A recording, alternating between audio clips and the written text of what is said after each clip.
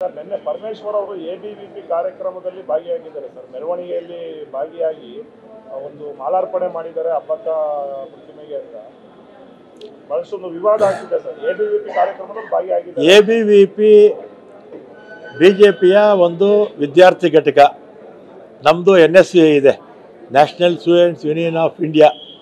ನಮ್ಮದು ವಿದ್ಯಾರ್ಥಿ ಘಟಕ. ಅವರು ಯಾವ ಕಾರಣಕ್ಕೆ ಹೋದರೂ ನನಗೆ ಮಾಹಿತಿ ಇಲ್ಲ. ಯಾಕಂದ್ರೆ RSS ಗೀತೆ ಆಡಿದ್ದಕ್ಕೆ DK ಶಿವಕುಮಾರ್ ಅವ್ರ ಮೇಲೆ ಕ್ರಮ ಅಂತ ಎಲ್ಲ ಮಾತಾಡ್ತಿದ್ರು. ಪರಮೇಶ್ವರ್ ಅವ್ರ ವಿರುದ್ಧನೂ ಕೂಡ ಕ್ರಮ ಆಡಿ ಅಂತಿದ್ದಾರೆ.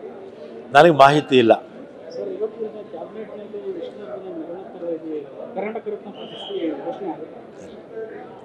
ಅದಕ್ಕೆ ರಾಜ್ಯೋತ್ಸವ ಪ್ರಶಸ್ತಿಗೆ ಒಂದು ಸಮಿತಿ ಮಾಡ್ತಾರೆ.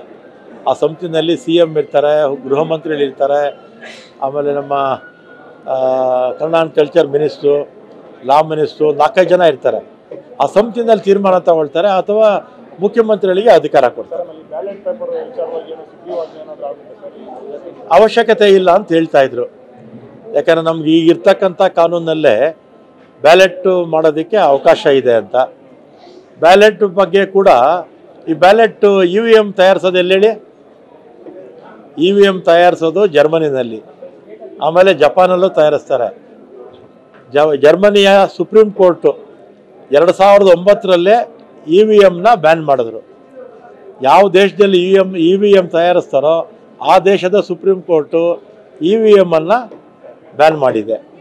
ಆಮೇಲೆ ಅಮೇರಿಕಾ, ಫ್ರಾನ್ಸು, ಇಂಗ್ಲೆಂಡು, ಬಹುತೇಕ ಯುರೋಪ್ ರಾಷ್ಟ್ರಗಳು, ದೊಡ್ಡ ದೊಡ್ಡ ರಾಷ್ಟ್ರಗಳಿದೆಯಲ್ಲ, ಅವ್ರು ಯಾರು ಕೂಡ EVM ಬಳಸೋದಿಲ್ಲ. ಅಲ್ಲೆಲ್ಲ ಕೂಡ ಬ್ಯಾಲೆಟೇ ಬಳಸೋದು. ಹಿಂದೆ ರಾಜೀವ್ ಗಾಂಧಿಯವರಿದ್ದಾಗ ಆಗಿನ ಸರ್ಕಾರ ಮತ್ತು ಆಗ ಎಲೆಕ್ಷನ್ ಕಮಿಷನ್ನು ಅವರು EVM ಬಗ್ಗೆ ತೀರ್ಮಾನ ತಗೊಂಡು EVMಲ್ಲಿ ನಡೀತಾ ಇತ್ತು. ಈ ಥರ ಮೋಸ ಆಗ್ತಾ ಇದೆ ಅಂತೇಳಿ ಎಲ್ರಿಗೂ ಕೂಡ ಸಂಶಯ ಬಂದಿರೋದ್ರಿಂದ ಬ್ಯಾಲೆಟ್ ಬಾಕ್ಸ್ಗೆ ಹೋಗೋದು ಒಳ್ಳೆಯದು. ಅದರಲ್ಲಿ ಯಾವ ಒಂದು ಮೋಸನೂ ಆಗೋದಿಲ್ಲ. ಎಲ್ಲರಿಗೂ ಧನ್ಯವಾದ.